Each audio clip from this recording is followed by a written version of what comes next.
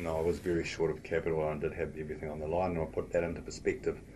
I managed to convince some local investors who owned the land to build a building for me to rent with no prior history of Yeah. actually being in business. And the annual rental, and this is in 1981, was $25,000 a year, and my market rate for my salary was 14. So I knew that if it failed, I would not be able to earn enough. That's without tax implications to be Yeah. able to pay the rent. Okay. So I couldn't afford to fail. Yeah. And I couldn't afford the building or the land, and I couldn't afford to own the product. So that really shaped my business, was the constraints of what I could do through a lack of capital. Yeah. And through those constraints, did you sort of look at how to basically make things more and more efficient within your plant or operation?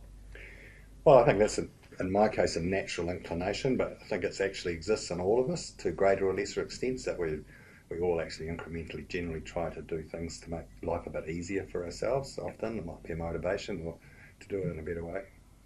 And with my background in the industry, and uncle in the industry, it's an oft criticised industry. A lot of it's fair, some of it's not, but the criticisms have remained throughout my entire lifetime. And while there's been progress, it's never been quite enough.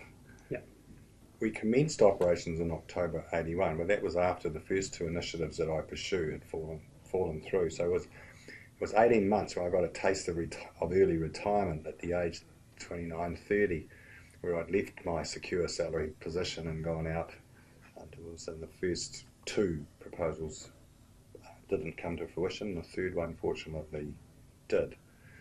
And I commenced with operations on a toll processing basis. So I was actually selling a service, not product. I was selling a service to people that owned lands. And it was a little cooperative group of farmers based around Paiatua, or the East Coast cooperative, and they gave me some work to start with. Unfortunately, they didn't last for very long, but I was then picked up on some work because there was a fire at the big local plant called Timona, or Weddell. So that gave me a continuity of work. They gave me the stuff that they didn't want to do themselves, basically.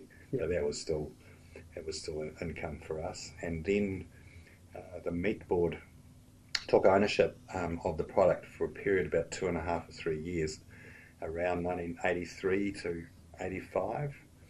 And that was as a consequence of the meat companies and the combination of market prices and exchange rates saying that they couldn't establish a positive schedule to pay the farmers for their livestock. And in fact, they were contemplating charging the farmers to send their lambs in to be slaughtered. Yep. And that was an untenable position as far as the meat board was concerned. And they said, well, we can't have that.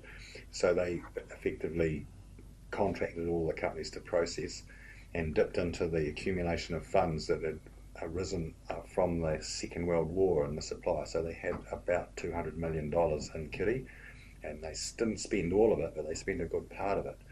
And in my particular circumstance, in fact, all of the meat companies at the time did benefit from that because they were able to charge for service, took on a little bit of a cost plus basis.